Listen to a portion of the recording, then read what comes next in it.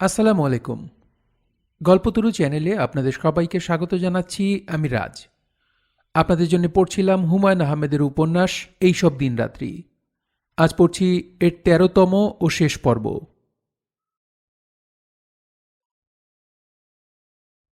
নীলু চিটাগাং গিয়েছিল দুদিনের জন্যে। তাকে থাকতে হলো ৬ দিন। অফিসের কাজকর্মে এমন এক জট তারা পাকিয়ে রেখেছে, যা খোলার কোনোরকম লক্ষণ দেখা যাচ্ছে না। ৩৬ লক্ষ টাকার হিসেবের গরমিল। একবার অডিট হওয়ার পর দ্বিতীয়বার অন্য একটি কোম্পানিকে দিয়ে অডিট করানো হলো। তারা আবার সব ঠিকঠাক পেল। কোম্পানির আরেকটি মাইক্রোবাস হরতালের দিন পুড়ে গেছে এমন রিপোর্ট আছে। আবার গোপন চিঠিও আছে যে বাসটি বিক্রি করে দেওয়া হয়েছে। রং বদলে সেটা এখন চিটাগাং নজিরহাট লাইনে ট্রিপ দেয়। চিঠিতে চেসিসের নম্বর পর্যন্ত দেয়া। অফিসে বিভিন্ন লোকদের ইন্টারভিউ নেওয়ার সময় মনে হয় কেউ সত্যি কথা বলছে না। এটাও বিশ্বাসও নয়। এতগুলি লোকের সবাই মিথ্যা কথা বলবে কেন? নীলু অস্থির হয়ে পড়ল। অফিসের এই ঝামেলা তার সহ্য হচ্ছে না। সন্ধ্যাবেলার ডাকবাংলায় ফিরে তার কাঁদতে ইচ্ছা করে। চলে যাবে সেই উপায়ও নেই। তদন্তের দায়িত্ব অস্বীকার করার সাহস তার নেই। রাতে তার ভালো ঘুম হয় না। এক রাতে ভয়াবহ একটা স্বপ্ন দেখল। উলের কাঁটা নিয়ে টুনি খেলছে। হঠাৎ খোঁচা লাগলো চোখে। রক্তারক্তি কাণ্ড। ডাক্তার এলো এবং গম্ভীর মুখে বলল, একটা চোখে খোঁচা লাগলেও দুটি চোখই নষ্ট। তবে চিন্তার কিছু নেই, পাথরের চোখ লাগিয়ে দেব। আসল নকল কেউ বুঝতে পারবে না। নীলু স্বপ্নের মধ্যেই চেঁচিয়ে বলল, এসব আপনি কি বলছেন? ডাক্তার তার দাড়িতে হাত বোলাতে বোলাতে বলল, পাথরের চোখ আপনার পছন্দ না হলে দুটি মার্বেল বসিয়ে দিতে পারি। মার্বেলও খারাপ হবে না। অনেক রকমের রং আছে, আপনি নিজে পছন্দ করে নিতে পারেন। ঘুম ভেঙে গেল। নীলুর গা দিয়ে টপ টপ করে ঘাম পড়ছে। এরকম কুৎসিত স্বপ্ন মানুষ দেখে? এরকম স্বপ্ন দেখার পরও কি কেউ বাসায় ফিরে না গিয়ে থাকতে পারে? নীলুকে থাকতে হলো। ঢাকায় যেদিন রওনা হলো সেদিন তার মনে হলো যেন কত দীর্ঘকাল বাইরে কাটিয়ে ফিরছে। ঢাকা পৌঁছেই দেখবে সব বদলে গেছে। সবাইকে অচেনা লাগবে। টুনি সম্ভবত লজ্জা লজ্জা মুখে পর্দার আড়ালে থাকবে। লজ্জা ভাঙতে সময় লাগবে। ইস, কতদিন যে মেয়েটাকে দেখে না। কল্পনার সঙ্গে বাস্তবের কখনোই মিলে না। নীলু ঢাকায় পৌঁছল বিকেলে। কিছুই বদলায়নি, সব আগের মতো আছে। টুনির হাতে একটা চকবার আইসক্রিম। আইসক্রিমে তার জামা মাখামাখি হয়ে আছে। নীলু ভেবেছিল তাকে দেখেই টুনি ছুটে আসবে। তা হলো না। ঠিক সেই মুহূর্তে টুনির আইসক্রিমের একটা বড় অংশ ভেঙে পড়ে যাচ্ছে। সে তার ভাঙার টুকরো সামলাতে ব্যস্ত হয়ে পড়ল। কেমন আছো মা? ভালো। তুমি আজ আসবে আমরা জানতাম। কিভাবে জানতে? আব্বু টেলিফোন করেছিল। তোমাদের আর সব খবর কি? দাদির একটা দাঁত পড়ে গেছে। তাই নাকি? দাদিকে পেতনির মতো লাগছে। ছি, এসব বলতে নেই। বললে কি হয়? আল্লাহ পাপ দেন। কাছে আসো মা, আমাকে একটু আদর দাও। তোমার গায়ে আইসক্রিমের রস লেগে যাবে। লাগুক। এসো, আমাকে একটা চুমু দাও। টুনি লজ্জিত মুখে মাকে চুমু খেয়ে ফিসফিস করে বলল, জানো মা, বাবলু এখন আসেনি। সে কি, কেন? কি জানি। বাসার আর সব লোকজন কোথায়? মনে হচ্ছে তুমি ছাড়া কেউ নেই। বুয়া আছে। দাদা দাদিকে নিয়ে ডাক্তারের কাছে গেছে। আব্বু অফিসে। চাচাও অফিসে। তোমাকে একা ফেলে গেছে? একা কোথায়, বুয়া তো আছে। নীলু গোসল করতে ঢুকল। টুনিকে বলল দরজার পাশে দাঁড়িয়ে তার সঙ্গে কথা বলতে। টুনি বলল, কেন মা? নীলু হেসে বলল, অনেকদিন পর তোমার সঙ্গে দেখা তো, তাই। তোমার কথা শুনতে ভালো লাগছে। আমি খুব সুন্দর করে কথা বলা শিখেছি, তাই না মা? হ্যাঁ। বাবলু কি আমার মতো সুন্দর করে কথা বলতে পারে? না, সে তো কথাই বলে না। ছোট চাচি কি আর আসবে না মা? নিশ্চয়ই আসবে। বিনা খালার মা বলেছে আর আসবে না। তাই বলেছে বুঝি? হ্যাঁ। গোসলের পানি কনকনে ঠান্ডা। তবু নীলু মাথায় মগের পর মগ ঠান্ডা পানি ঢালছে। দরজা বন্ধ। ওপাশে টুনি দাঁড়িয়ে ছেলে মানুষের সব কথা বলছে। বড় ভালো লাগছে শুনতে। তুমি আমার কথা ভেবেছিলে টুনি? হ্যাঁ, ভেবেছি। কেঁদেছিলে আমার জন্যে? না। কাঁদুনি কেন? আমি বড় হয়েছি যে, তাই। বড়রা বুঝি কাঁদে না? না। বড় বড় মেয়েরা যখন বিয়ে করে বাপের বাড়ি ছেড়ে চলে যায় তখন তো কাঁদে। কাঁদে না? হ্যাঁ, কাঁদে। তুমি কাঁদবে না? হ্যাঁ, কাঁদব। মনোয়ারা ফিরলেন সন্ধ্যা মিলাবার পর। নীলুকে দেখে কিছু বললেন না। তার মুখ গম্ভীর, রাগে রাগে চোখ। হোসেন সাহেবও কেমন যেন বিপর্যস্ত। নীলু বলল, ঝামেলায় এত দেরি হলো মা, আপনারা ভালো ছিলেন তো? তিনি জবাব না দিয়ে ভেতরে ঢুকে গেলেন। হোসেন সাহেব বললেন, আজ আর তোমার শাশুড়িকে কিছু জিজ্ঞেস করো না মা, জবাব পাবে না। নীলু বিস্মিত হয়ে তাকালো। হোসেন সাহেব দীর্ঘ নিঃশ্বাস ফেলে বললেন, তোমার শাশুড়ির সামনের দুটা দাঁত ডাক্তার ফেলে দিয়েছেন, আগে পড়েছে একটা, বিশ্রী দেখাচ্ছে, তাকানো যাচ্ছে না। হোসেন সাহেবের মুখ করুণ হয়ে গেল, যেন তার নিজেরই সামনের দুটি দাঁত নেই। মেয়েদের সৌন্দর্যই হচ্ছে দাঁত, বুঝলে মা? বাঁধিয়ে নিলেই হবে বাবা। বাঁধানো দাঁত কি আগের মতো হয়? তুমি ভালো ছিলে তো মা? জি, ভালোই ছিলাম। তুমি দূরে থেকে বেঁচে গেছো। তোমার শাশুড়ি দাঁতের যন্ত্রণায় চিৎকার চেঁচামেচি করে সবার মাথা খারাপ করিয়ে দিয়েছে। শফিক এবং রফিক দুজন একই সঙ্গে এলো রাত 11টায়। নীলুর চোখ ঘুমে বন্ধ হয়ে আসছে, তবু সে জেগে আছে। মনোরাও জেগে। ডেন্টিস্ট যে তাকে কি পরিমাণ কষ্ট দিয়েছেন এটা তিনি চতুর্থবারের মতো বলছেন। ব্যাটা গর্ধব, কিছুই জানে না। আমার মনে হয় নকল করে পাশ করেছে। অবশ না করেই দাঁত তুলে ফেলেছে। বলেন কি মা? মহা হারামজাদা, উল্টা আমাকে ধমক দেয়। সে কি? হ্যাঁ, বলে কি, আপনি শুধু শুধু এত হইচই করছেন কেন? খুব অন্যায়। ইচ্ছা করছিল ছোকরার কানটা টেনে ছিঁড়ে দেই। আপনি শুয়ে পড়ুন মা, দাঁতের ব্যথায় কষ্ট পাচ্ছেন। মনোয়ারা ঘুমোতে যেতে রাজি নন। তিনি আজকের ভয়াবহ অভিজ্ঞতার কথা তার দুই ছেলেকে না শুনিয়ে ঘুমোতে যেতে রাজি নন। সেই সুযোগ তার হলো না। রফিক ঘরে ঢুকে বলল, বাহ মা, তোমাকে চমৎকার লাগছে, কেমন যেন ড্রাকুলার মতো দেখাচ্ছে। মনোয়ারা কিছুক্ষণ অগ্নিদৃষ্টিতে তাকিয়ে থেকে নিজের ঘরে ঢুকে দরজা বন্ধ করে দিলেন। রফিক বলল, ভাবি, তাড়াতাড়ি ভাত দাও, খিদে লেগেছে।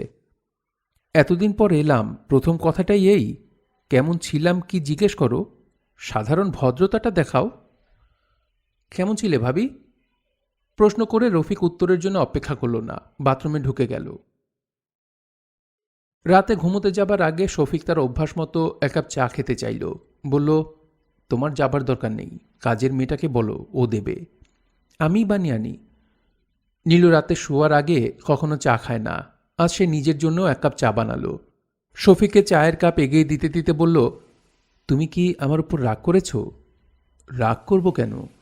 দুদিনের কথা বলে 6 দিন কাটিয়ে এলাম, এই জন্যে।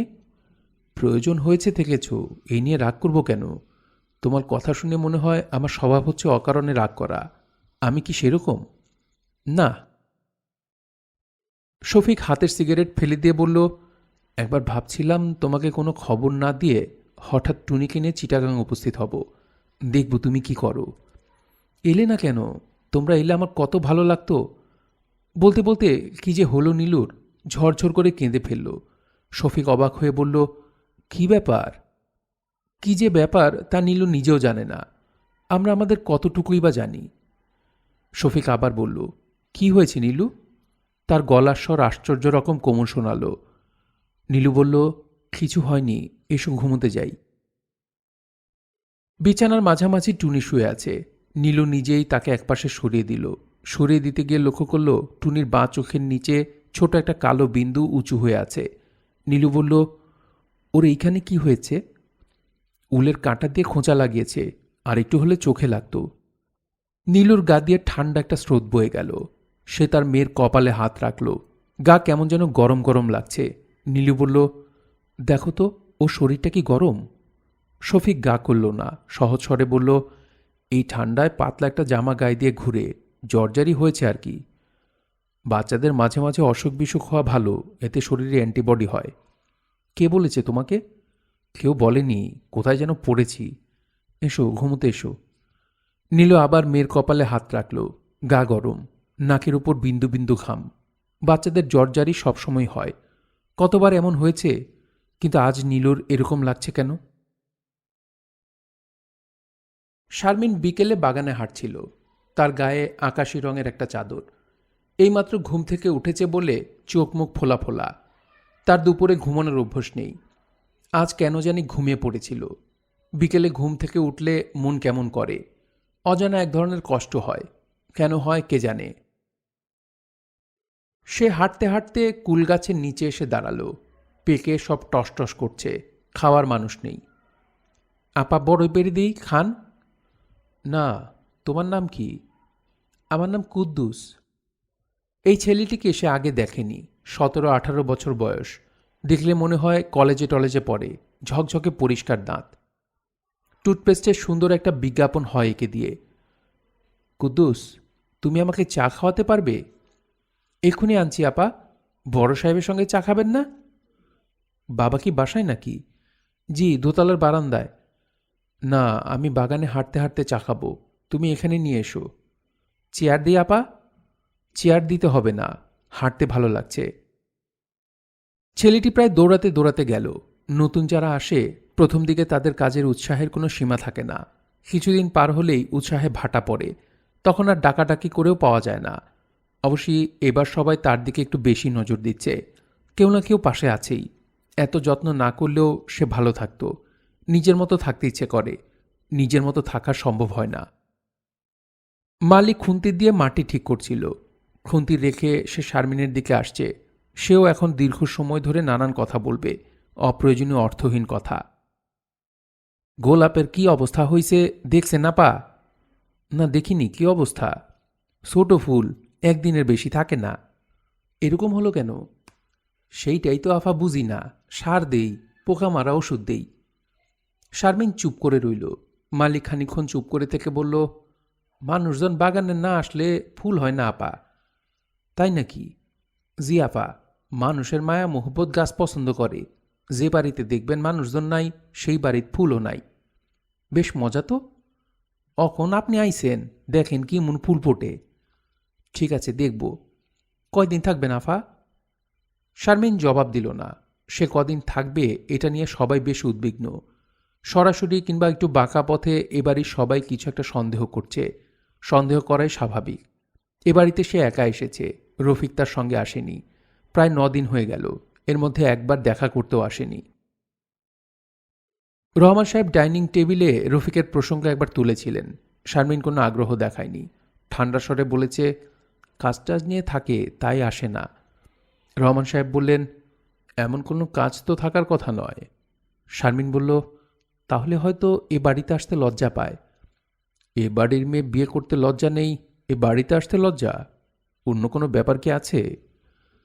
তা আমি কি করে জানবো বাবা? আমি আমার নিজের কথা বলতে পারি, ওর কথা কি করে বলবো?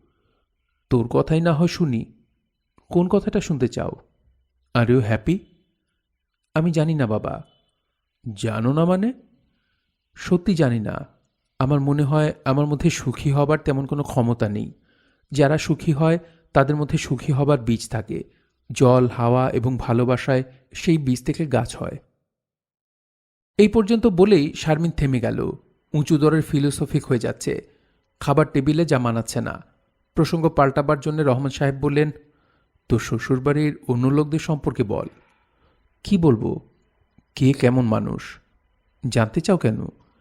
পরিবেশটা কেমন জানতে চাচ্ছি। পরিবেশ চমৎকার। এক কথায় সারছিস কেন? প্রত্যেকের সম্বন্ধে আলাদা করে বল। এখন থাক বাবা। থাকবে কেন? এখনই বল, তোর শ্বশুর সাহেব কেমন মানুষ? ওই বাড়িতে সবচেয়ে ভালো মানুষ। পাগলা ধরনের কিছু লোক থাকে না বাবা, যারা মনে করে পৃথিবী খুব সুন্দর জায়গা। উনি সেই রকম একজন মানুষ। খুব সুখী মানুষ, এবং তার ধারণা পৃথিবীর সবাই তার মতো সুখী। আর তোর শাশুড়ি? খিটখিটে ধরনের মহিলা। চেঁচামেচি না করলে তার ভালো লাগে না। অকারণে চেঁচান। কেউ তাকে বিশেষ গুরুত্ব দেয় না বলে আরও রেগে যান। তার ধারণা সবাই তাকে অগ্রাহ্য করছে। সংসারের কর্তৃত্ব তার থেকে চলে যাচ্ছে। সংসারের কর্তৃত্ব কার কাছে? ভাবির কাছে। পুরো সংসার তার মুঠোয়। অথচ আমার শাশুড়ি তা জানেন না। কারণ ভাবি যে কি চালাক তুমি কল্পনাও করতে পারবে না। রোজ জিজ্ঞেস করবে, মা আজ কী রান্না হবে? আমার শাশুড়ি হয়তো একটা কিছু বলবেন, কিন্তু রান্না হয়তো তার আগেই হয়ে গেছে। শুধু শাশুড়িকে খুশি করার জন্য বলা। মেয়েটার নাম কি যেন? নীলু। নীলু ভাবি। তোর সঙ্গে ভাব আছে? উনার সঙ্গে আমার খুব একটা ভাব নেই। উনি অতিরিক্ত রকমের বুদ্ধিমতী। এত বুদ্ধিমতী কাউকে আমার ভালো লাগে না। তবে তার বিরুদ্ধে আমার কোনো অভিযোগ নেই। মেয়েটি বুদ্ধিমতী, শুধু এই কারণেই তুই তাকে পছন্দ করিস না, নাকি অন্য কোনো কারণ আছে? অন্য কোনো কারণ নেই। তাছাড়া ওনাকে পছন্দ করি না এই কথা কিন্তু আমি বলিনি। ওনাকে পছন্দ না করে উপায় নেই। মেয়েটির হাজবেন্ড সম্পর্কে বল। শফিক বোধ হয় ছেলেটির নাম, তাই না? হ্যাঁ, ওনার সঙ্গে আমার কথাই হয় না। কেন? উনি কথা খুব কম বলেন। বাবলু বলে একটা ছেলে ছিল, ওর সঙ্গে মাঝে মাঝে কথা বলতেন।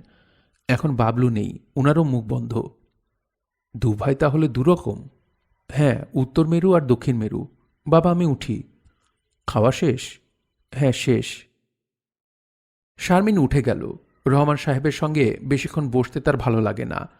একটা অস্বস্তি মনের উপর চাপ ফেলতে থাকে।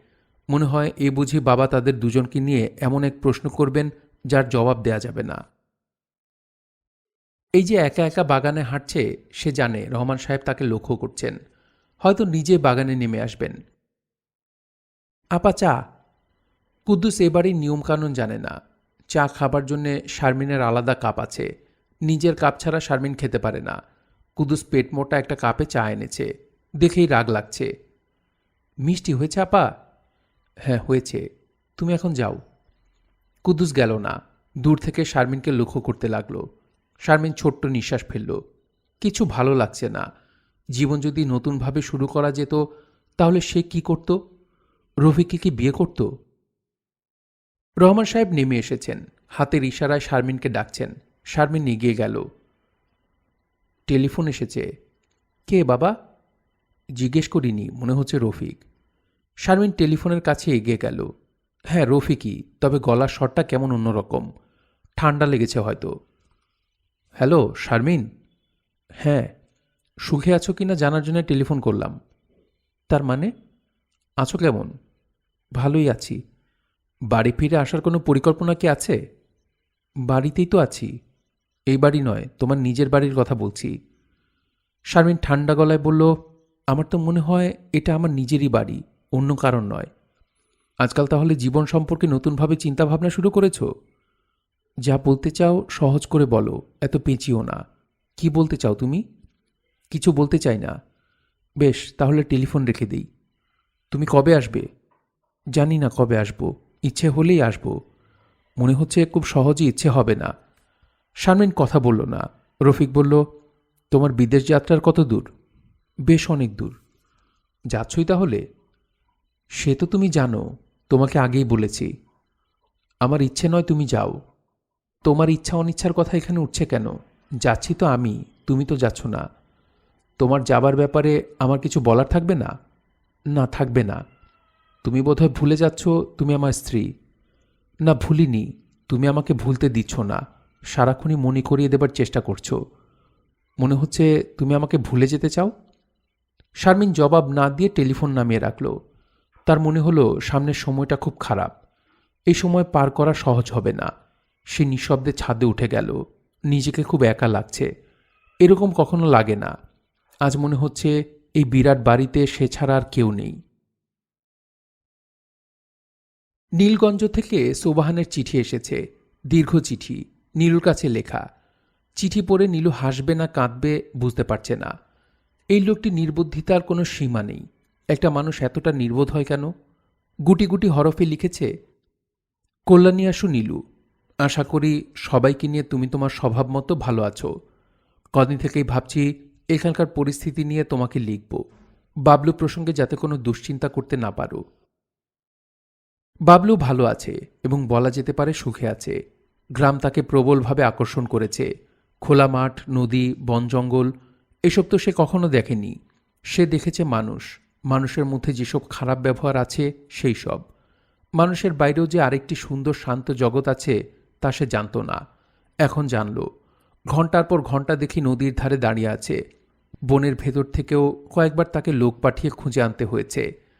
ও তার নিজের একটি পৃথিবী খুঁজে পেয়েছে। সেই পৃথিবী থেকে তাকে সরিয়ে আনতে মন চাচ্ছে না। আমি তাকে এখানের একটি স্কুলে ভর্তি করিয়ে দিয়েছি। আমি জানি তুমি আমার নির্বুদ্ধিতায় হাসছ। আমি সামনে থাকলে হয়তো খুব কড়া কড়া কিছু কথা শুনিয়ে দিতে। তবু তুমি একটু ভাবলেই বুঝবে আমি যা করছি তার ফল শুভ হবার সম্ভাবনা আছে। আমি নিজেও এখানে থেকে গেলাম। নীলগঞ্জ স্কুলে একটা মাস্টারই জুটে গেছে। সুখী নীলগঞ্জের যে কাজ শুরু হয়েছিল তা শেষ করা যায় কিনা তাও দেখছি। দূর থেকে যে কাজটি অসম্ভব বলে মনে হতো এখন তেমন অসম্ভব বলে মনে হচ্ছে না। মজার ব্যাপার কি জানো, নীলগঞ্জের লোকজন কেন জানি আমাকে বেশ পছন্দ করছে। আমাকে আড়ালে ডাকে পাগলা মাস্টার, যদিও পাগলামির কিছুই আমি করছি না।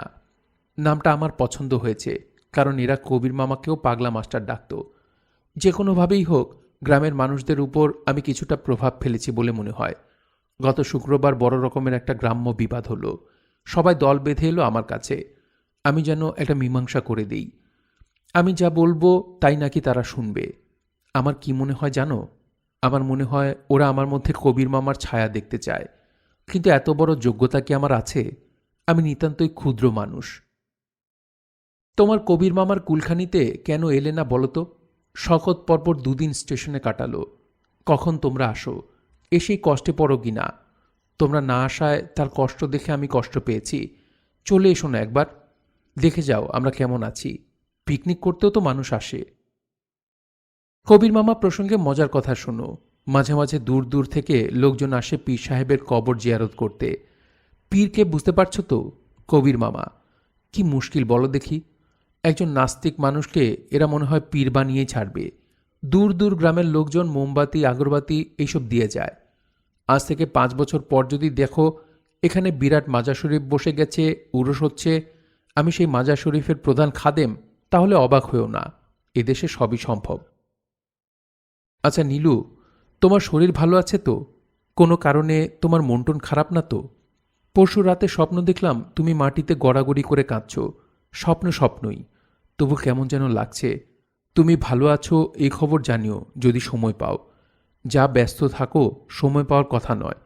বিশাল এই চিঠি ফেঁদে নিজেই বিব্রত বোধ করছি। কিছু মনে করো না। ভালো থেকো। তোমার দুলাভাই সুবাহান। পুনশ্চ বাবলুর আরেকটি শিল্পকর্ম পাঠালাম, 2 মাথাওয়ালা ছাগল। নীলু তার দুলাভাইয়ের চিঠি বেশ কয়েকবার পড়ল। প্রথমে পড়বার সময় লোকটিকে যতটা নির্বোধ মনে হচ্ছিল, এখন ততটা মনে হচ্ছে না। হয়তোবা খুব গুছিয়ে লেখা চিঠির কারণে। এই লোকটি যে এত গুছিয়ে লিখতে পারে তা নীলু জানত না। চিঠির ভেতরে খুব সহজ সরল একটা ভঙ্গি ঢুকে গেছে, অথচ এই মানুষটির জীবন খুব সহজ সরল নয়। কোনো রকম আদর্শবাদ, মহৎ চিন্তা, উচ্চস্তরের ভাবুলতা নীলু তার মধ্যে কখনো দেখেনি। এই লোক হঠাৎ বদলে গিয়ে গ্রাম উন্নয়ন শুরু করবে এটা বিশ্বাস করা কঠিন। হয়তো 2 দিন পরই দেখা যাবে গ্রাম আর তার ভালো লাগছে না। সব ছেড়ে ছুড়ে আবার অন্য কোথাও চলে যাবে।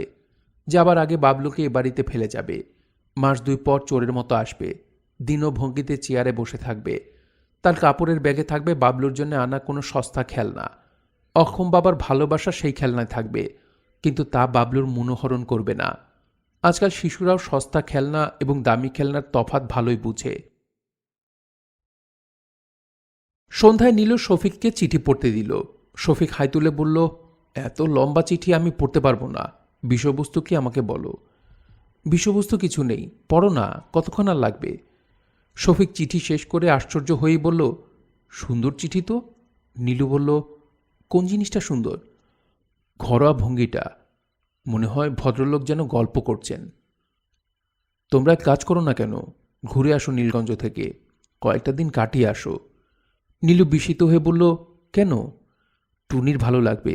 গ্রামে গিয়ে নদী, বন এইসব দেখবে। বেচারি একা একা থাকে। সত্যি যেতে বলছো? হ্যাঁ যাও। আমি টলম্যানকে বলে দেখি যদি ছুটি পাই। সম্ভাবনা অবশ্যই কম, তবু 2-1 দিনের জন্য হয়তো ছাড়বে। সত্যি সত্যি তুমি যাবে? হ্যাঁ, মানে চেষ্টা করব।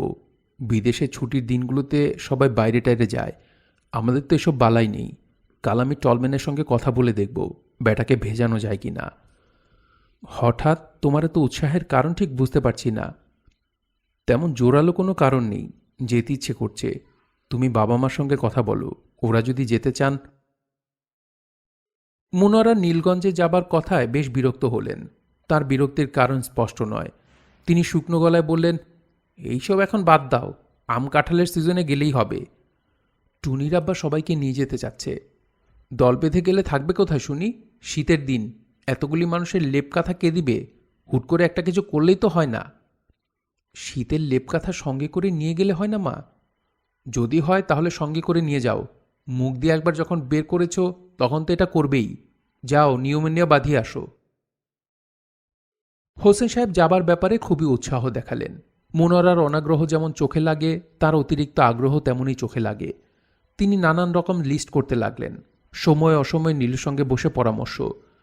হারিকেন নিতে হবে, বুঝলে বৌমা, এটা খুবই দরকার। ওখানে নিশ্চয়ই হারিকেন আছে বাবা। তা তো আছেই, হয়তো একটা, বড়জোর দুটা। এতগুলি মানুষ আমরা যাচ্ছি, দুটা হারিকেনে আমাদের কি হবে বলো? টর্চ লাইট নিতে হবে, মোমবাতি নিতে হবে, একটা কেরোসিনের চুলাও নেওয়া দরকার। ধরো চট করে একটা চা খাবার দরকার হলো, কোথায় পাবে? সেখানে তো আর গ্যাসের চুলা নেই। কি বলো মা? তা তো বটেই। তুমি জহির আর শাহানাকেও বলো, ওদেরকে নিয়ে যাই। জি, তাদেরও বলবো। টুনির বাবা ছুটি পান কি না এখনো বুঝতে পারছি না, ছুটি হলেই বলবো। না না, তুমি মা আগে থেকেই বলো। শাহানা বেড়াতে যাবার কথায় ঠোঁট উল্টে বলল, তোমাদের ব্যাপারে তোমরা যাও, আমাকে টানছো কেন? নীলু বিস্মিত হয়ে বলল, আমাদের ব্যাপারে মানে? তুমি কি আমাদের কেউ নও? না ভাবি, আমি তোমাদের কেউ না। ও তাই নাকি? আমি অবশ্যই এটা আগে জানতাম না, এখন জানলাম। না হয় তুমি বাইরের গেস্ট হিসেবেই আমাদের সঙ্গে চলো। বাইরের গেস্টও কিছু যাচ্ছে। বাইরের কে যাচ্ছে? আমাদের বাড়িওয়ালার মেয়ে বিনা। আনিস ভাই যাচ্ছে না? না। দুনিয়া শুদ্ধর লোককে তোমরা নিচ্ছ, তাকে নিচ্ছ না কেন? সে কি দোষ করল? বলেছিলে তাকে? নীলু গম্ভীর মুখে বলল, না। বলনি কেন? এটা তো ভাবে সাধারণ ভদ্রতা। এক বাড়িতে থাকে, দিনরাত এটা ওটা ফরমাস করে দেয়। শাহানা কথা শেষ করল না। নীলুর কঠিন চোখের সামনে থতমতো খেয়ে গেল। নীলু কড়া গলায় বলল, ওই চিন্তা এখনো মাথায় নিয়ে ঘুরছ? শাহানা টেনে টেনে বলল, কোন চিন্তা? তুমি ভালোই জানো কোন চিন্তা। অনেক তো হলো শাহানা, আর কেন? তুমি কি বলছো আমি কিছু বুঝতে পারছি না ভাবি। আমি শুধু বলছি ভদ্রতা করে হলেও তোমার উচিত ছিল আনিস ভাইকে বলা। তুমি কি বলছো আমি কিছু বুঝতে পারছি না ভাবি। আমি শুধু বলছি ভদ্রতা করে হলেও তোমার উচিত ছিল আনিস ভাইকে বলা। সবাই যখন যাচ্ছে। আনিস এ বাড়িতে থাকে না, থাকলে নিশ্চয়ই বলতাম। আনিস ভাই তাহলে থাকে কোথায়? আমি জানি না। সে কি কথা ভাবি, তুমি জানো না কেন? আমাকে কিছু বলে যায়নি, কাজেই আমি জানি না। শাহানাকে দেখে মনে হচ্ছে সে এখনই কেঁদে ফেলবে। নীলুর বিরক্তির সীমা রইল না। এসব কি শুরু করেছো শাহানা? আনিসকে নিয়ে বাড়াবাড়িটাই তার অসহ্য লাগছে। নীলুর কেন জানি মনে হচ্ছে এই বাড়াবাড়ির খানিকটা লোক দেখানো। নীলু বলল, আমি এখন উঠব শাহানা। তুমি জহিরকে নিয়ে আমাদের সঙ্গে গেলে আমাদের ভালো লাগতো। শুধু তোমাদের ভালো লাগলে তো হবে না, আমারও ভালো লাগতে হবে। আমার ভালো লাগবে না। কি করে বুঝলে ভালো লাগবে না? জানি না কি করে বুঝলাম। নীলু উঠে দাঁড়ালো। শাহানার এখানে এসে তার মনটাই খারাপ হয়ে গেছে। অনেক রকম ঝামেলা করে আসা, অফিস থেকে এই কারণে তাকে ছুটি নিতে হয়েছে। ভেবেছিল প্রথম আসবে শাহানাদের বাড়ি, সেখান থেকে যাবে শারমিনদের বাড়িতে, কিন্তু এখন আর কোথাও যেতে ইচ্ছা করছে না। নীলু অবাক হয়ে লক্ষ্য করল শাহানা দোতলা থেকে নিচে নামল না। সিঁড়িতে দাঁড়িয়ে বলল, ঠিক আছে ভাবি, পরে দেখা হবে, সময় পেলে আবার এসো, অবশ্যই যদি তোমার ইচ্ছা করে। গেটের কাছে জহিরের গাড়ি। ড্রাইভার বলল, আপনি এসেছেন শুনে স্যার পাঠিয়ে দিয়েছেন, যেখানে যেখানে যাবেন নিয়ে যাব। নীলু বলল, আমার গাড়ি লাগবে না, রিক্সা নিয়ে চলে যাব। স্যার তাহলে খুব রাগ করবেন, আপা আসেন। বাসায় ফিরে দেখে বসার ঘরে আনিস জড়সড় হয়ে বসে আছে। নীলুর কেন জানি খুব খারাপ লাগছে, ইচ্ছে করছে খুব কড়া কড়া কিছু কথা শোনাতে। ভাবি ভালো আছেন? হ্যাঁ ভালো। আমার নামে কি কোনো চিঠি এসেছে ভাবি? না, কোনো চিঠি পিঠে আসেনি। যদি আসে একটু রেখে দেবেন, আমি নিয়ে যাব। ঠিক আছে, রাখব। ভাবি আপনার কি শরীর খারাপ? শরীর ঠিকই আছে, তুমি এখন যাও, আমি শুয়ে থাকব, প্রচণ্ড মাথা ধরেছে। আনিস ইতস্তত করে বলল, ভাবি আমাকে কিছু টাকা দিতে পারবেন, সদুই? নীলু ঠান্ডা গলায় বলল, এখন আমার কাছে টাকা পয়সা নেই। আনিস চলে গেল।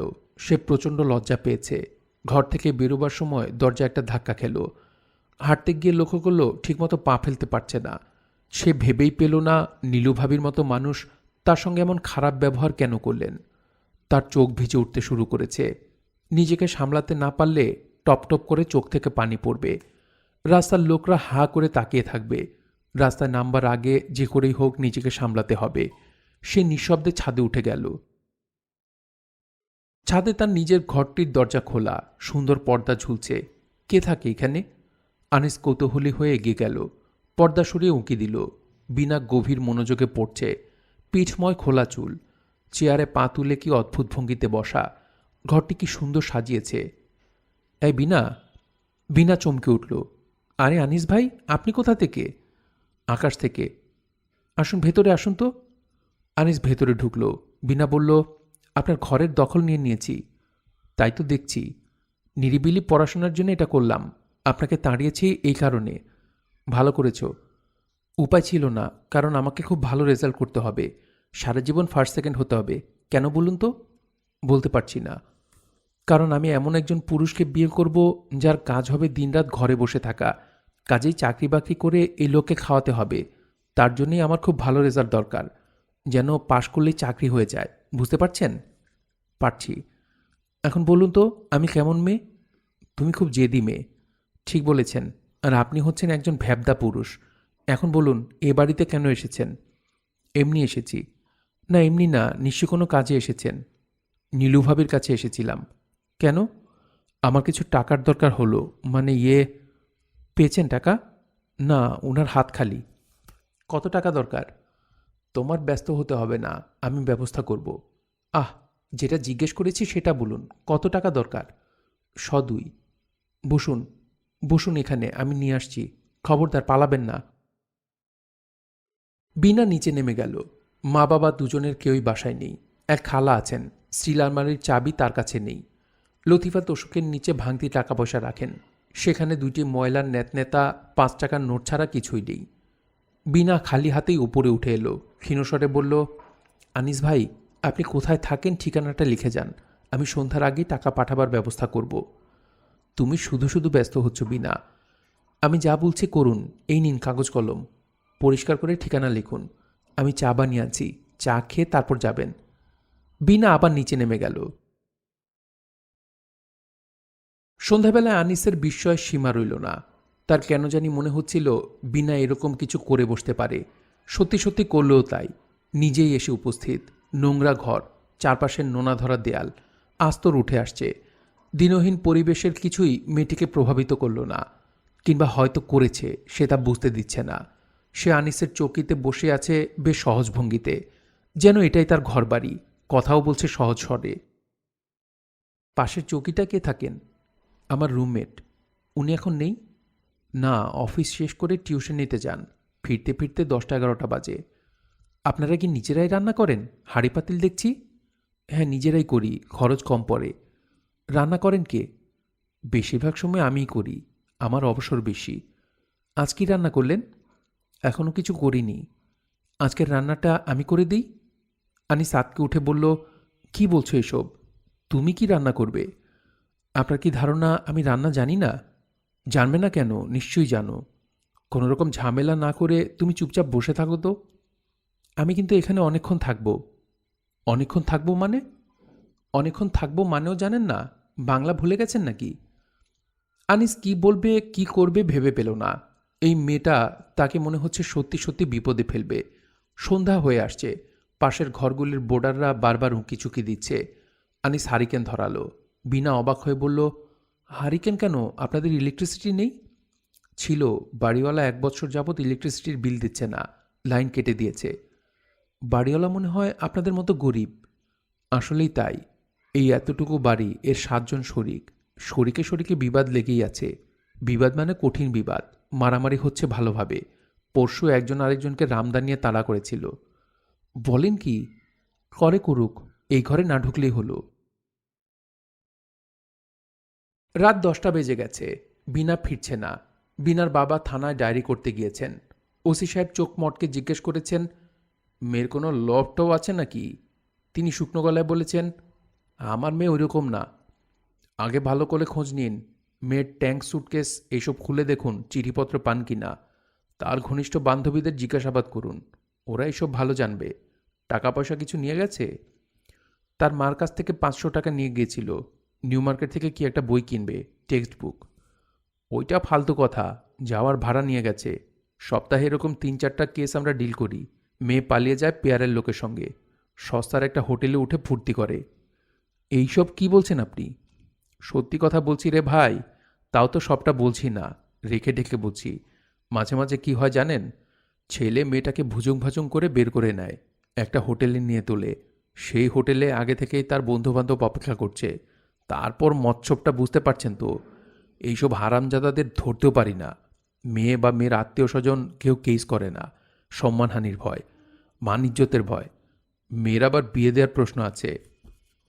ভাই, আপনি এসব কি বলছেন? যা বলছি সত্য বলছি, একটা শব্দ মিথ্যা না। যান বাড়ি যান, যা করতে বললাম করেন। চিঠিপত্রে কোনো নাম ঠিকানা পেলে আমাদের খবর দিবেন, টাইট দিয়ে দিব। তিনি বাড়ি ফিরলেন ঘোরের মধ্যে।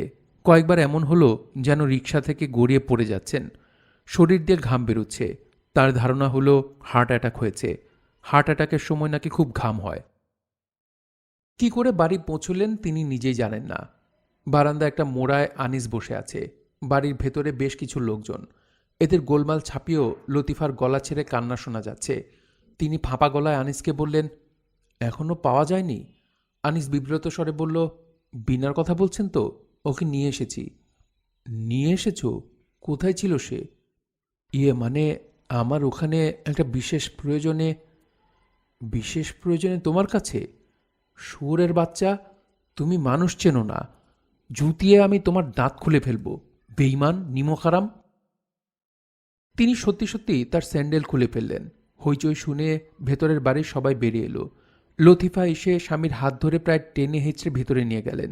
হিসহিস করে বললেন, কেলেঙ্কারি আর বাড়িও না, যা হবার হয়েছে। এই রাতেই মেয়ের আমি বিয়ে দেব। কি বলছো এসব? কার সাথে বিয়ে দেবে? ওই হারামজাদাটার সঙ্গে দেব। উপায় কি? এত রাত পর্যন্ত একসঙ্গে ছিল, কি না কি হয়েছে কে জানে। আগুন আর ঘি। তিনি হতভম্ব হয়ে পড়লেন।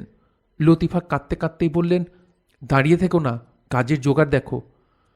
মাথাটা তোমার খারাপ হয়ে গেল নাকি? ওই হারামজাদাকে আমি জেলের ভাত খাওয়াবো, জুতা পেটা করব।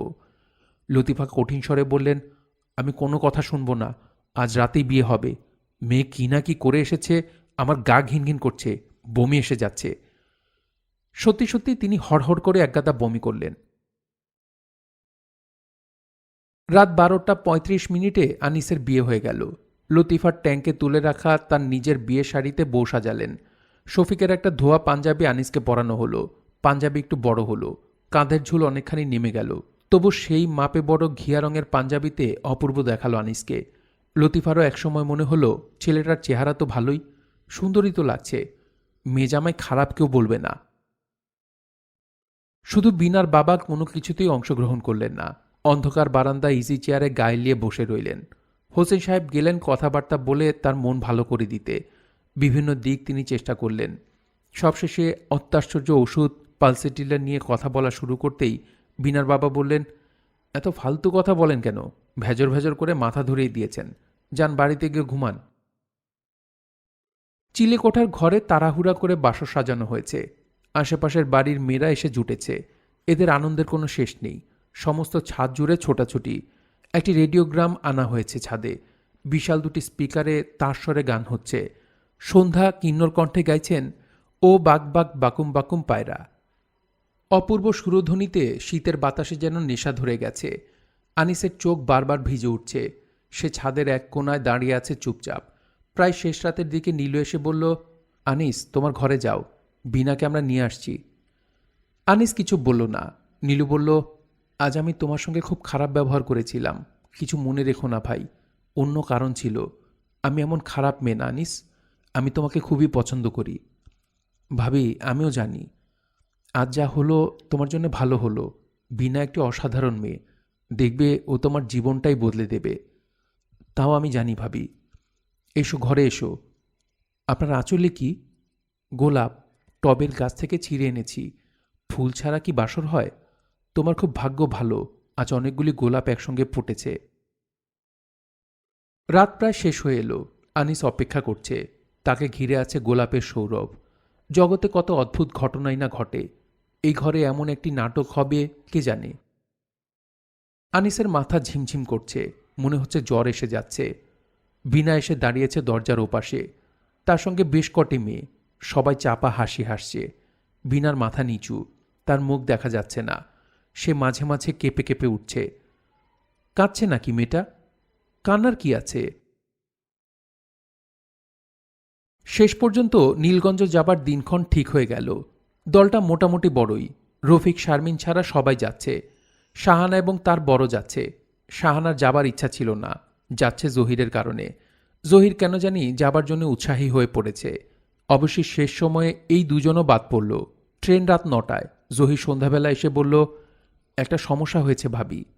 নীলু হেসে ফেলল। জহির বলল, বানানো সমস্যা নয়, সত্যি সমস্যা।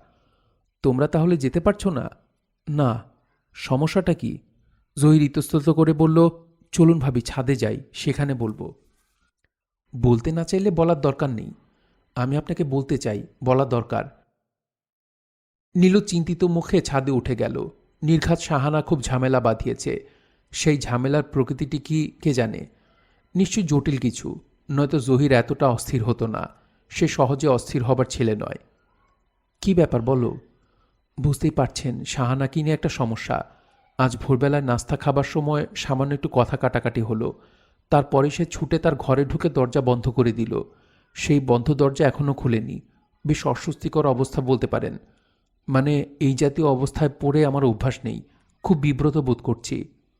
কথা কাটাকাটি কী নিয়ে হচ্ছিল? আনিস সাহেবকে নিয়ে। ও বলল আনিস সাহেবকে একদিন দাওয়াত করে খাওয়াতে চায়। আমি বললাম, খুব ভালো কথা, উনাকে এবং ওনার স্ত্রীকে বলো। তাতেও রেগে আগুন। আমি বুঝলাম না, তাতে রেগে আগুন হবার কি? শাহানা বলেছিল, তুমি এখানে তার স্ত্রীর কথা কেন বললে?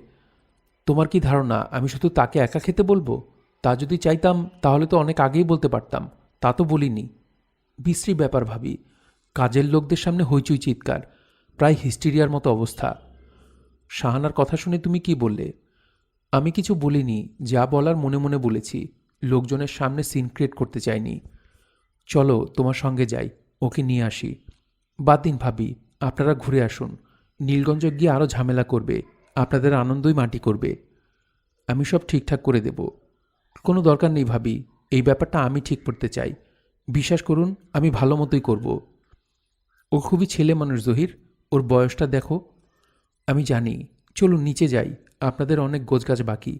আমি গাড়ি রেখে যাচ্ছি, আপনাদের ট্রেনে তুলে দেবে। শারমিন না যাওয়ার ব্যাপারটা নিয়ে মনোয়ারা নতুন করে কথা তুললেন। এই প্রসঙ্গ নিয়ে গত কদিন ধরেই তিনি চেঁচামেচি করছেন। রফিকের সঙ্গে একদিন তুমুল ঝগড়া হলো। শারমিন এ বাড়িতে আসছে না কেন, এর জবাবে রফিক বিরক্ত হয়ে বলেছে, আমি কি করে বলবো? সেটা শারমিনকে জিজ্ঞেস করো। ওটা তার ব্যাপার। হয়তো এ বাড়িতে তার ভালো লাগছে না। এ বাড়ি ভালো লাগবে না কেন? খুব সম্ভব তোমার জন্যই লাগে না। দিনরাত ক্যাঁচক্যাঁচ করো। দিনরাত ক্যাঁচক্যাঁচ করি? রফিক এই প্রশ্নের জবাব না দিয়ে কেটে পড়ল। মোনারা সারাদিন হইচই করে কাটালেন। আজ আবার শুরু হলো। নীলু টিফিন ক্যারিয়ারে খাবার দাবার ভর্তি করছিল। মোনারা তাকে ধরলেন। বৌমা, হচ্ছেটা কি? নীলু বিস্মিত হয়ে বলল, কিসের কথা বলছেন? ছোট বৌমা এ বাড়িতে আসে না কেন? নীলু বলল, অনেকদিন পরে বাবার বাড়ি গিয়েছে, কটা দিন থাকছে, থাকুক না। নীলগঞ্জ থেকে ফিরে এসে আমি ওকে এ বাড়িতে নিয়ে আসব। এখন নিজের বাড়িতেই থাকুক। নিজের বাড়ি তুমি কি বলছো? বিয়ের পর মেয়েদের বাড়ি থাকে একটাই, সেটা হচ্ছে স্বামীর বাড়ি। আপনাদের সময় তাই ভাবা হতো, এখন দিনকাল পাল্টেছে। কীরকম পাল্টেছে? এখন বুঝি আর স্ত্রীরা স্বামীদের বাড়িতে থাকে না? তাহলে তুমি এখানে পড়ে আছো কেন? নীলু কথা ঘুরাবার জন্য বলল, আপনার কি সব গোছগাছ হয়েছে মা? গোছগাছ আর কি করব? আমার হলো গিয়ে মাথার ঘায়ে কুত্তা পাগল অবস্থা। সংসারে কি শুরু হয়েছে কিছু বুঝতে পারছি না।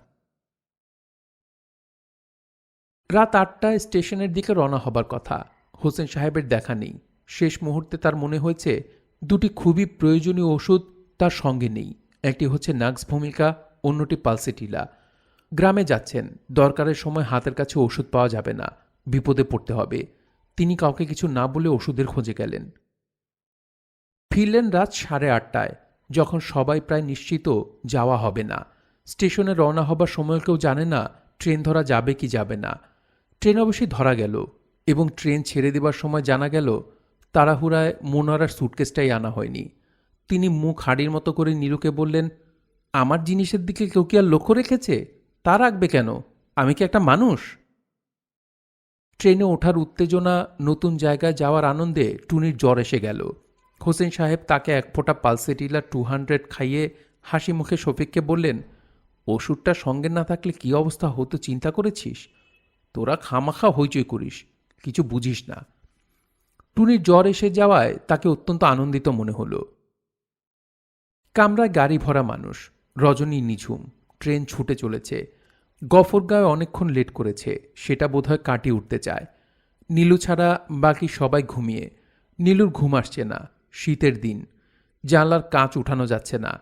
তার খুব ইচ্ছা করছে কাঁচ উঠিয়ে বাইরের দৃশ্য দেখে। অন্ধকার গ্রামের উপর হালকা জ্যোৎস্না। কে জানে আজ হয়তো জ্যোৎস্না হয়নি। গাঢ় আধারে চারদিক ঢাকা। মাঝে মাঝে দূরে, বহু দূরে কুপি জ্বলছে। কোনো জায়গায় লক্ষ লক্ষ জোনাকি একসঙ্গে জ্বলছে আর নিভছে। বন্ধ ট্রেনের কামরা থেকে এসব দৃশ্যের কিছুই দেখার উপায় নেই। নীলু মেয়ের কপালে হাত রাখল। জ্বর মনে হয় আরও বেড়েছে। সে তার উপর কম্বলটা ভালোমতো টেনে দিল। মাথা কাত হয়েছিল, সোজা করে দিল। শফিক বলল, ফ্লাস্কে কি চা আছে নীলু? আছে, তুমি ঘুমাওনি? হুম, চোখ বন্ধ করে পড়েছিলাম।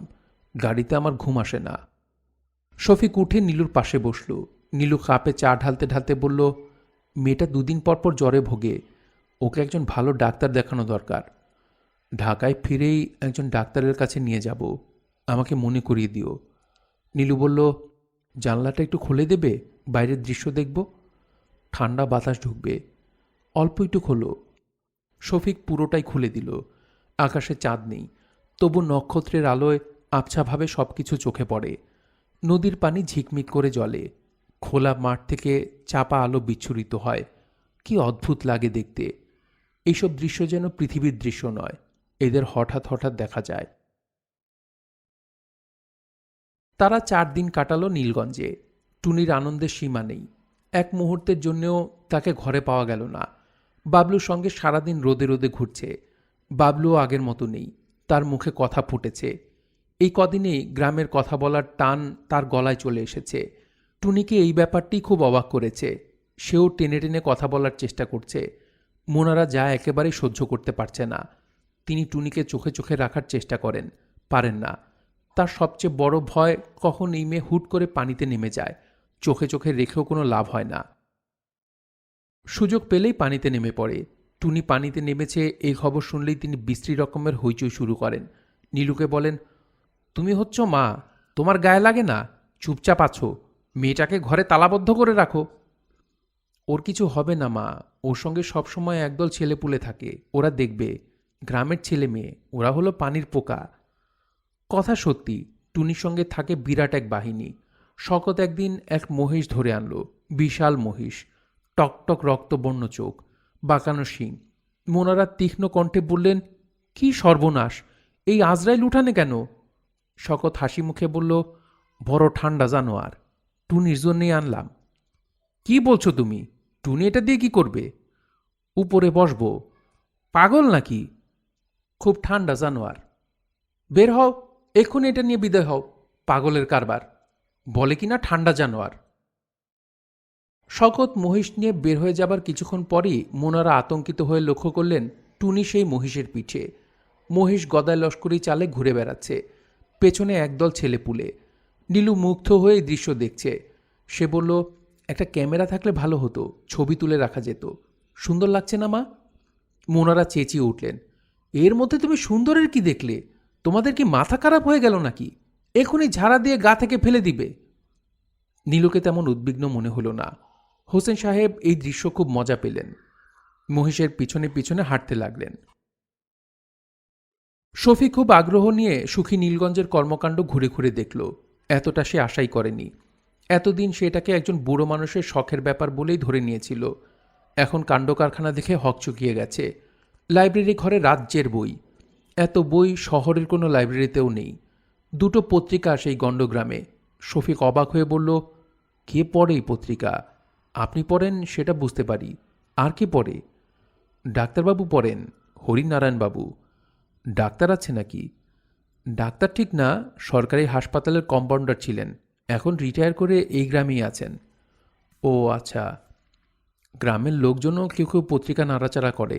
তাছাড়া সন্ধ্যাবেলা একজন পত্রিকা পড়ে শোনায়, অনেকেই শুনতে আসে। বলেন কি? কবির মামা যে কাজ শুরু করেছিলেন তার সুফল দিতে শুরু করেছে। কীরকম সুফল? সোবান হাসতে হাসতে বলল, নীলগঞ্জের মেয়েদের বিয়ের বাজারে খুব কাটতি। আশেপাশের গ্রামের সবাই মনে করে নীলগঞ্জের মেয়ে মানে আদব কায়দার মেয়ে। এখানকার কোনো মেয়ের বিয়েতে যৌতুক দেওয়া হয় না। তাই নাকি? হ্যাঁ, কবির মামা নিষেধ ছিল, যৌতুক দিয়ে কোনো মেয়ের বিয়ে দেওয়া হবে না। কবির মামার জীবদ্দশায় এটা মানা হতো না, এখন মানা হয়। আমার তো ভাই রূপকথার মতো লাগছে। আসলেই রূপকথা। বেশিরভাগই হয়েছে ওনার মৃত্যুর পরে। যেমন গ্রামের ভেতরকার রাস্তাগুলি, কেউ নিজের জায়গার 1 ইঞ্চি ছাড়তে রাজি নয়। মামা অনেক চেষ্টা করেছিলেন, লাভ হয়নি। তার মৃত্যুর 3 দিনের দিন সবাই ঠিক করল কবির মাস্টার যেসব রাস্তা চেয়েছিলেন সেগুলি করে দেওয়া হবে। করাও হলো তাই। লোকটি যখন বেঁচে ছিল তার মর্ম কেউ বোঝেনি। আপনি কি ওনার বাকি কাজগুলো শেষ করতে নেমেছেন? হ্যাঁ, তাই। কি মনে হয় পারবেন? হয়তো পারবো। খুবই কঠিন কাজ। দীর্ঘদিনের কুসংস্কার, অজ্ঞতা, অন্ধকার, চট করে এগুলি যায় না, সময় লাগে। আমিও হয়তো পারবো না, অন্য একজন আসবে। এটা হচ্ছে একটা চেইন রিয়াকশন। শুরুটাই মুশকিল, একবার শুরু হলে চলতে থাকে।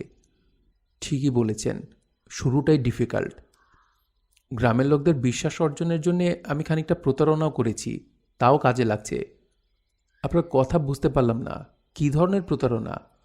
নামাজ পড়ছি নিয়মিত, যদিও ধর্ম, বিধাতা পুরুষ এইসব জিনিসে আমার বিশ্বাস নেই, কিন্তু যেহেতু ধর্মপ্রাণ মানুষদের জন্য গ্রামের লোকদের খুব মমতা, আমি তার সুযোগ নিচ্ছি। শফিক হেসে ফেলে বলল, কে জানে, একদিন হয়তো দেখা যাবে ভান করতে করতে আপনি ফাঁদে আটকা পড়ে গেছেন, বেরোতে পারছেন না, বিরাট বুজুর্গ ব্যক্তি হিসেবে আত্মপ্রকাশ করেছেন। হতে পারে। পৃথিবী বড়ই রহস্যময়, রহস্যের কোনো শেষ নেই। ঢাকায় ফেরার আগের রাতে পিঠা বানানোর উৎসব হলো। সেই উৎসবে গ্রামের মেয়েরা দল বেঁধে যোগ দিল। টুনি এক ফাঁকে সম্পূর্ণ নিজের উদ্যোগে সবাইকে দাওয়াত করে এসেছে। উঠোনে খড়ের আগুন করা হয়েছে, সেই আগুনে তৈরি হচ্ছে পোড়া পিঠা। বিশাল আকৃতির কদাকার পিঠা। আগুনে পোড়ার পর পাথরের মতো শক্ত হয়ে যাচ্ছে, তখন তা কেটে দুধে জাল দিয়ে খাওয়া। শকত কোথা থেকে এক গাতক ধরে এনেছে, সে একটু দূরে তার একতারা নিয়ে বসেছে, তাকে ঘিরে পুরুষদের একটা দল। গাতকের নাম কেরামত মিয়া। তার গলায় সুর তেমন নেই, সুরের অভাব সে পূরণ করেছে আবেগে। একটি চরণে টান দেবার পরই তার চোখ ছলছল করতে থাকে। তৃতীয় চরণে যাবার আগেই চোখ দিয়ে টপ টপ করে জল পড়ে। গাতক কেরামত মাওলা গান ধরে, নিমের পাতা তিতা তিতা, জামের পাতা নীল, কোথায় আমার প্রাণের মিতা, কোথায় বনকোকিল। সবাই স্তব্ধ হয়ে গান শুনে। পুরনো সব দুঃখ হৃদয়ের অতল গহ্বর থেকে ভেসে ওঠে। বড়ই মন খারাপ করে সবাই, তবু ভালো লাগে। হৃদয়ের গহীনে চাপা পড়ে থাকা দুঃখগুলি মাঝে মাঝে দেখতে আমরা ভালোবাসি। সেই সুযোগ বড় একটা হয় না। কেরামত মাওলার মতো গ্রাম্য গাতকরা কখনো কখনো তা পারেন। উঠোনে আগুন জ্বলছে, তাকে ঘিরে বসে আছে বৌঝিরা। আকাশে ছোট্ট একটা চাঁদ, তার হিমহিম আলো পড়েছে দিগন্ত বিস্তৃত মাঠে। শীতল কনকনে হাওয়া বইছে। দুঃখ জাগিয়ানি পরিবেশ তো একেই বলে। নীলুরা ঢাকায় পৌঁছালো সোমবার ভোরে। নীলুর ইচ্ছা ছিল সোমবারে অফিস ধরা, তা করা গেল না। 9টা বাজতেই জহির এসে উপস্থিত। জহির বলল, আমার সঙ্গে একটু আসতে হবে ভাবি, 10 মিনিটের জন্যে। আমি আপনাকে অফিসে পৌঁছে দেব। ব্যাপার কি বলো তো? তেমন কিছু না, আবার কিছুটা আছেও। ভাবে একটু চলুন আমার সঙ্গে। বেশ চলো, আমি কাপড় বদলে নেই। তোমরা ভালো ছিলে তো? জহির শুকনো গলায় বলল, ভালোই ছিলাম। টুনি কোথায় ভাবি? ওর বাবার সঙ্গে গিয়েছে, ওর শরীরটা ভালো না, জ্বর। যাবার সময় জ্বর নিয়ে গিয়েছে, ফেরার পথেও জ্বর নিয়ে ফিরল। জামাইয়ের খোঁজ পেয়ে হোসেন সাহেব বেরিয়ে এলেন। নীলগঞ্জের বিস্তারিত গল্প জুড়ে দিলেন। রাস্তাঘাট চেনা যায় না, বড় একটা রাস্তা করে ইট বিছিয়ে দিয়েছে, রিক্সা চলে, ইচ্ছা করলে তুমি গাড়ি নিয়েও যেতে পারবে। এইটুকু গ্রামে 4টা টিউবওয়েল, দাতব্য চিকিৎসালয় একটা করেছে।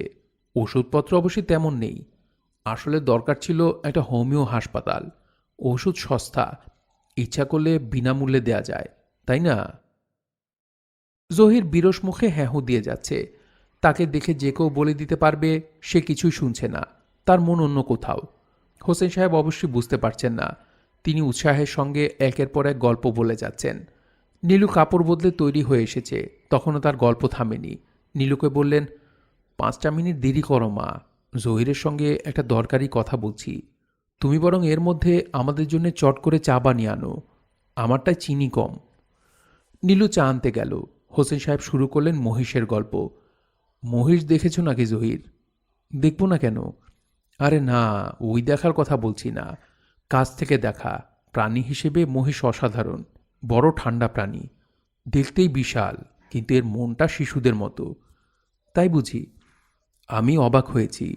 এই টুনি পর্বতের মতো এক মহিষের পিঠে বসে থাকত, সে দিব্যি বসে আছে আর মহিষ নিজের মনে হেলে দুলে ঘাস খাচ্ছে। বাহ, চমৎকার তো! জিনিসটা নিয়ে আমি ট্রেনে আসতে আসতে অনেক চিন্তা করলাম। আমার ধারণা, মহিষকে যদি ঠিকমতো ট্রেনিং দেওয়া যেত তাহলে ঘোড়ার মতো একে ব্যবহার করা যেত। এই জিনিসটা কারোর মাথায় খেলেনি। তুমি কি বলো? হতে পারে।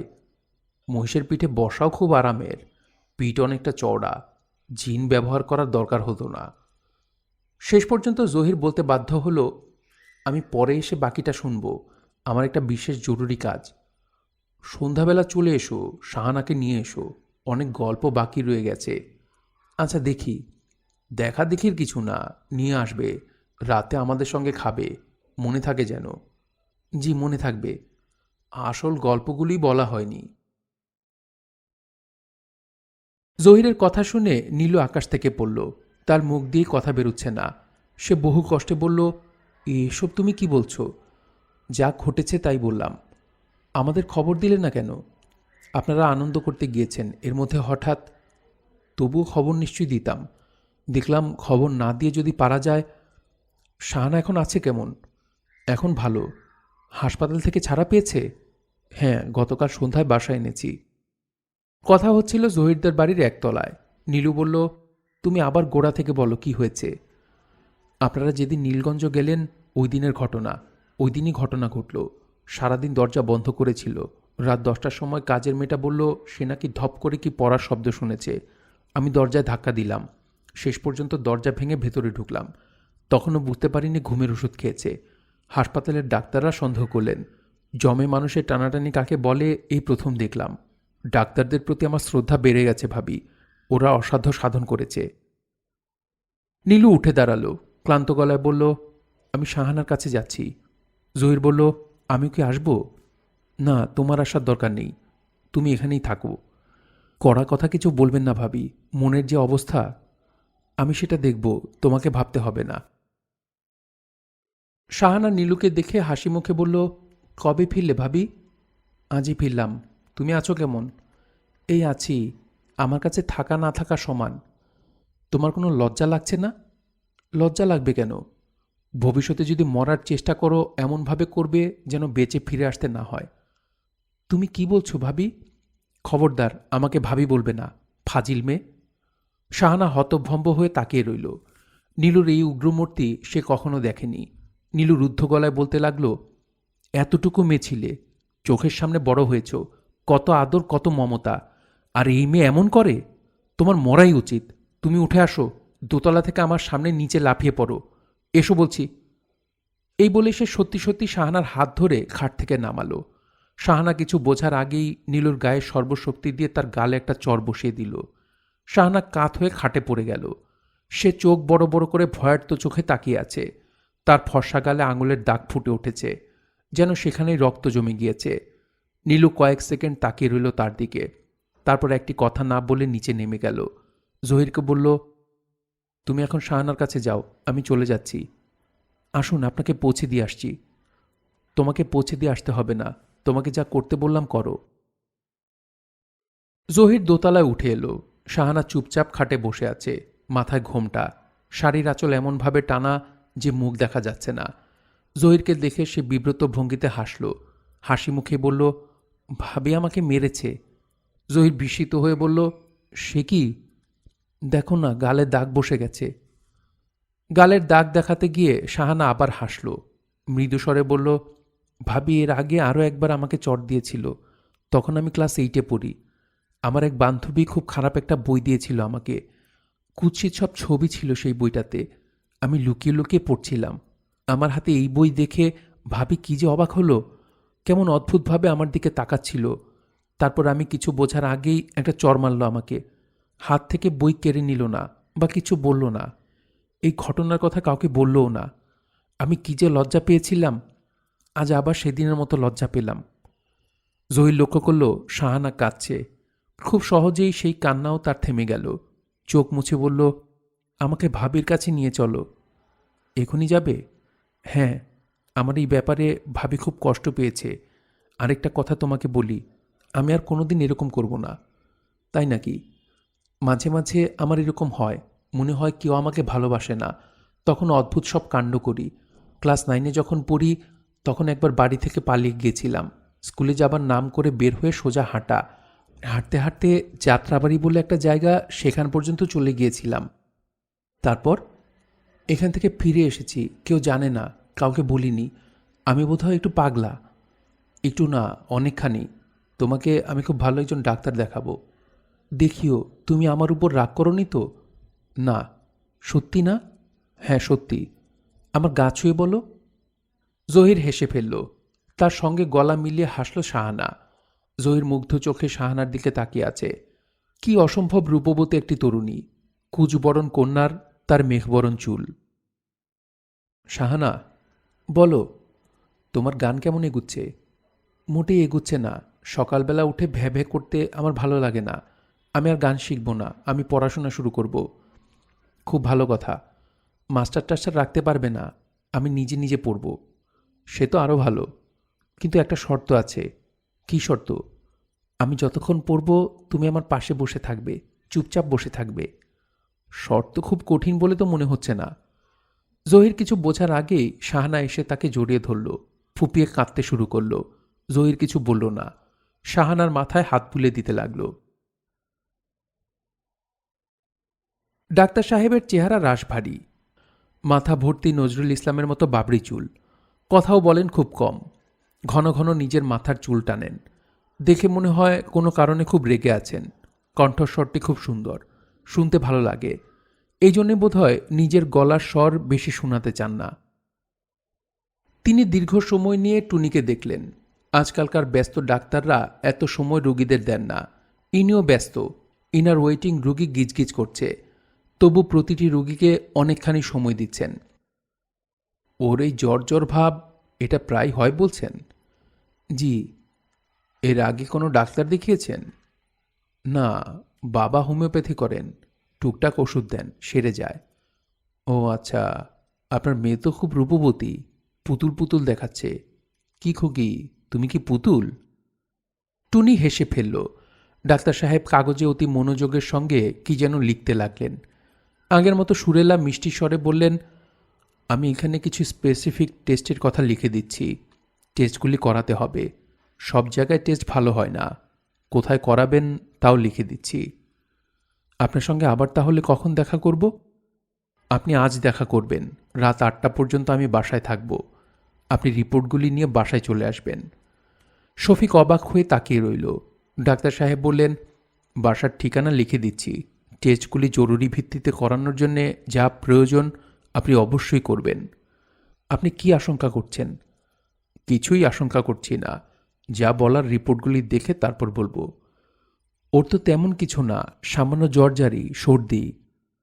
আমি খুবই আশা করছি ওর কিছু না, সামান্য ব্যাপার। তবু আপনাকে যা করতে বললাম করবেন।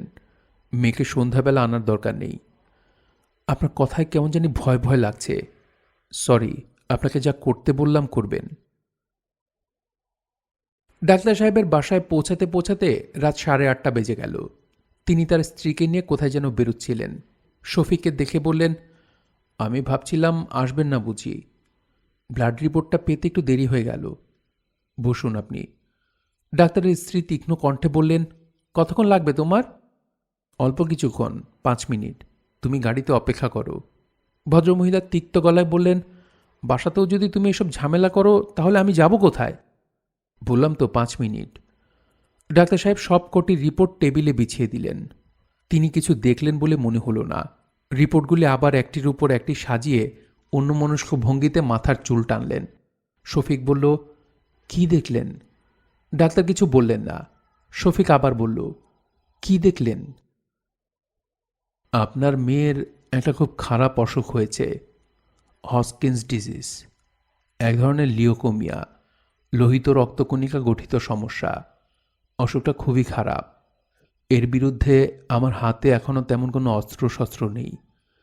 তবে বিদেশে প্রচুর কাজ হচ্ছে, ইফেক্টিভ কেমোথেরাপি ডেভেলপ করেছে। এতে লাইফ এক্সপেক্টেন্সি অনেক বাড়িয়ে দেয়া গেছে। এই ফিল্ডে প্রচুর গবেষণাও হচ্ছে। যে কোনো মুহূর্তে মোক্ষম ওষুধ বেরিয়ে আসবে। সেই মুহূর্তটি আগামীকালও হতে পারে। বাইরে ভদ্রমহিলা ক্রমাগত গাড়ির হর্ন দিচ্ছেন। 5 মিনিট সম্ভবত হয়ে গেছে। তিনি আর দেরি সহ্য করতে পারছেন না। ডাক্তার সাহেব বললেন, আপনাকে এক গ্লাস ঠান্ডা পানি এনে দিই? দিন। তিনি পানি এনে দিলেন। শান্ত স্বরে বললেন, আপনার যদি টাকা পয়সা থাকে মেয়েকে জার্মানি পাঠিয়ে দিন। জার্মানির এক হাসপাতালে আমি দীর্ঘদিন পোস্ট ডক করেছি। আমি সব ব্যবস্থা করব। আমার মেয়ে ভালো হবে? হতে পারে, তবে এটা কালান্তক ব্যাধি। এটা আপনাকে মনে রেখেই এগুতে হবে। মেডিকেল সায়েন্স প্রাণপণ করছে। আমার মন বলছে খুব শিগগিরই কিছু একটা হবে।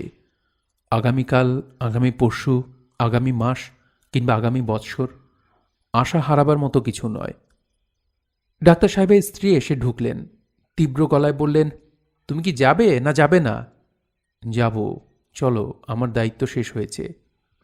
শফিক উঠে দাঁড়িয়েছে, কিন্তু ঠিকমতো পা ফেলতে পারছে না। ডাক্তার সাহেব গভীর মমতায় শফিকের হাত ধরলেন। বললেন, আসুন, আমি আপনাকে বাড়ি পৌঁছে দেব। দরকার নেই, আপনাদের দেরি হয়ে যাবে। হোক দেরি। ডাক্তার সাহেবের স্ত্রী বিড়বিড় করে কি বললেন। শফিক তা শুনল না, শুধু শুনল ডাক্তার সাহেব বলছেন, আমি প্রথমে এনাকে বাড়ি পৌঁছে দেব। তোমার পছন্দ হোক না হোক আমার কিচ্ছু করার নেই। কিছু কিছু গল্প আছে যা কখনো শেষ হয় না। এইসব দিনরাত্রির গল্প তেমনই এক শেষ না হওয়া গল্প। এই গল্প দিনের পর দিন, বৎসরের পর বৎসর চলতেই থাকে। ঘরের চার দেয়ালে সুখ দুঃখের কত কাব্যই না রচিত হয়, কত গোপন আনন্দ, কত লুকানো অশ্রু। শিশুরা বড় হয়, বৃদ্ধ বৃদ্ধারা যাত্রা করে অনির্দিষ্টের পথে, আবার নতুন সব শিশুরা জন্মায়। আজ এই বাড়িতে নতুন একটি শিশু জন্মাবে। সে রহস্যময় এই পৃথিবীতে পা রাখার জন্যে চঞ্চল হয়ে উঠেছে। মাতৃগর্ভের অন্ধকার তার অসহ্য বোধ হয়েছে। শিশুটি শাহানার। শাহানা এই বিরাট খবরটা এখনও টের পায়নি। তার বোধহয় ধারণা এমনিতেই তার খারাপ লাগছে। তবু সে নীলুকে এসে বলল, ভাবি, আমার শরীরটা ভালো লাগছে না। নীলু আঁতকে উঠে বলল, ভালো লাগছে না মানে? কেমন লাগছে? বুঝতে পারছি না ভাবি, কেমন যেন পিপাসা লাগছে। আর আর কি জানি না ভাবি, বড় ভয় লাগছে। নীলু পাশের বাড়ি থেকে জহিরকে টেলিফোন করল। সে তার চেম্বারে নেই, বাসায়ও নেই। বাসায় ফিরবে সন্ধ্যার পর, কিংবা কে জানে, হয়তো সরাসরি চলে আসবে এই বাড়িতেই। কি সর্বনাশা কাণ্ড! নীলু অস্থির হয়ে পড়ল। হোসেন সাহেব এবং মনোয়ারা দুজনের কেউই বাসায় নেই, যাত্রাবাড়ি গিয়েছেন। ফিরতে ফিরতে রাত 9টা। শাহানা বলল, ভাবি, আমার কি সময় হয়ে গেছে? বুঝতে পারছি না, শুয়ে থাকো। এখনো কি আগের মতো খারাপ লাগছে? না, এখন আর আগের মতো খারাপ লাগছে না। তুমি আমার পাশে বসে থাকো। নীলু বসল তার পাশে। শাহানা লাজুক স্বরে বলল, আমি জানি আজই সেই দিন। কি করে জানলে? দেখছো না, বাসায় একটা মানুষ নেই, শুধু তুমি আর আমি। টুনির জন্মের সময় তো এরকম হলো, তোমার মনে নেই ভাবি? নীলু জবাব দিল না। বিকেলের ম্লান আলোয় তার চেহারাটা দ্রুত অন্যরকম হয়ে গেল। টুনির কোনো কথা সে মনে করতে চায় না, কিন্তু কেউ তা বুঝতে পারে না। কারণে অকারণে এই প্রসঙ্গ নিয়ে আসে। টুনি 2 বছর আগে জার্মানির এক হাসপাতালে মারা গেছে। নিঃসঙ্গ মৃত্যু অবশ্যই হয়নি। রুইনবার্গ শহরের সবকটি বাঙালি পরিবার সেদিন হাসপাতালে উপস্থিত হয়েছিলেন। আত্মীয় পরিজন থেকে বিচ্ছিন্ন হয়ে যাওয়া ছোট্ট বালিকাটিকে ঘিরে বসেছিলেন। টুনি যতবার বলেছে, আমার আম্মি, ততবারই তাদের চোখে অশ্রুর বন্যা নেমেছে। এইসব প্রবাসী বাঙালিরা চাঁদা তুলে নীলুর জার্মানি আসার টিকিট পাঠিয়েছিলেন, যাতে নীলু তার মেয়েটির পাশে থাকতে পারে। অহংকারী নীলু তাতে রাজি হয়নি। বারবার বলেছে, ভিক্ষার টাকায় আমি যাব না। নীলু এবং শফিক এই দুজনের জার্মানি যাওয়া আসা এবং থাকার যাবতীয় খরচ শারমিনের বাবা দিতে চেয়েছিলেন, তাতেও কেউ রাজি হয়নি। ওনার টাকা কেন নেবে? শারমিন এবং রফিকের ডিভোর্স হয়ে গেছে। এই পরিবারটির সঙ্গে তাদের এখন আর কি সম্পর্ক? কিন্তু একেবারেই কি সম্পর্ক নেই? শারমিন থাকে আমেরিকায়। টুনির মৃত্যুর আগের দিন আমেরিকা থেকে সে জার্মানি চলে এলো।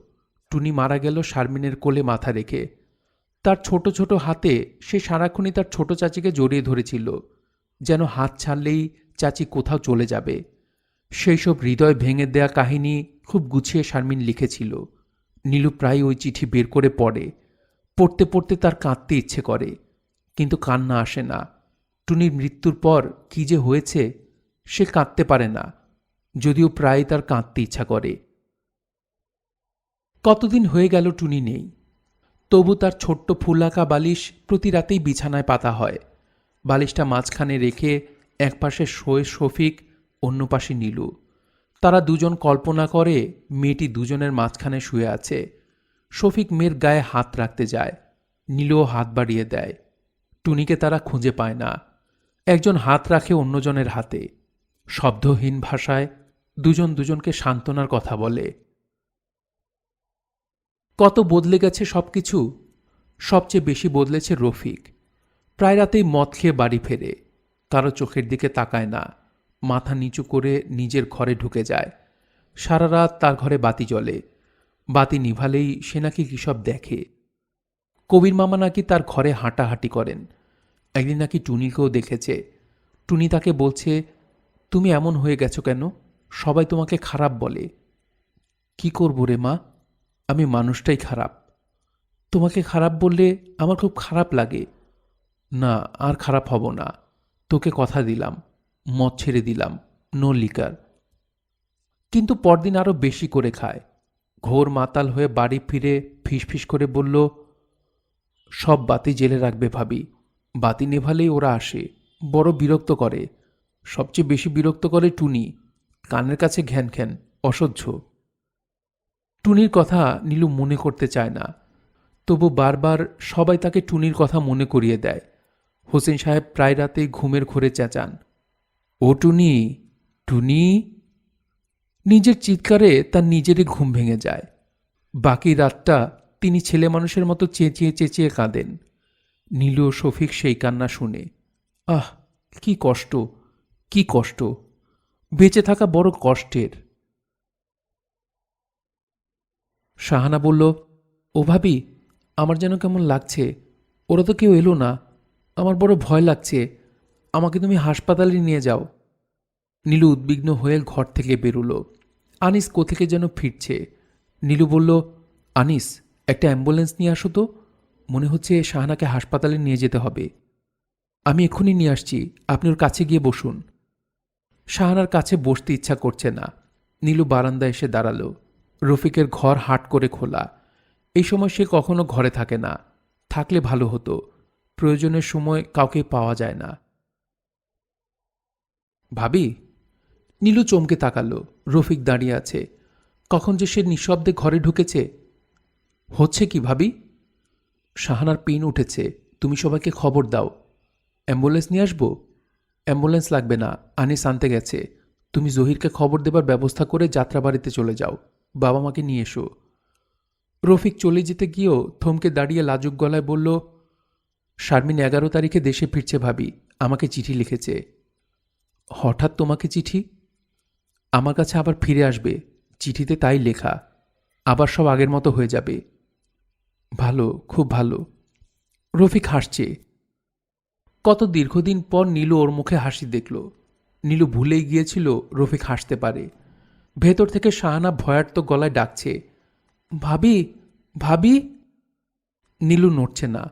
অবাক হয়ে দেখছে অনেক দিন পর তাদের পাশের জলা জায়গাটায় ঝাঁকে ঝাঁকে বালিহাঁস নামছে। পাখিরা শহর পছন্দ করে না। এবার কি হলো তাদের? ঝাঁকে ঝাঁকে পাখি নামছে কেন? বিদ্যুৎ চমকের মতো নীলুর মনে হলো টুনির জন্মের সময় ঝাঁকে ঝাঁকে হাঁস নেমেছিল। নীলু ঘরে ঢুকল। নতুন শিশু আসছে। কত দীর্ঘদিন সেই পৃথিবীতে থাকবে, হাসবে, খেলবে, গাইবে।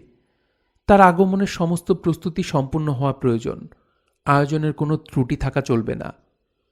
শাহানা কাঁপা কাঁপা গলায় বলল, তুমি বারবার কোথায় চলে যাচ্ছ ভাবি? আর যাব না, এই বসলাম তোমার পাশে। বড় ভয় লাগছে ভাবি। নীলু কোমল স্বরে বলল, কোনো ভয় নেই। ঘরের জানলা খোলা, ঘন হয়ে সন্ধ্যা নামছে। বালিহাঁসের পাখার আওয়াজ পাওয়া যাচ্ছে। অনেকদিন পর ওরা আবার এলো। নীলু লক্ষ্য করল তার চোখ দিয়ে টপ টপ করে জল পড়ছে। ভুলে যাওয়া কান্না সে আবার ফিরে পেয়েছে। ব্যথায় ছটফট করছে শাহানা। মাতৃগর্ভে বন্দি শিশু মুক্তির জন্য অস্থির হয়ে উঠেছে। কত না বিষয় অপেক্ষা করছে শিশুটির জন্যে।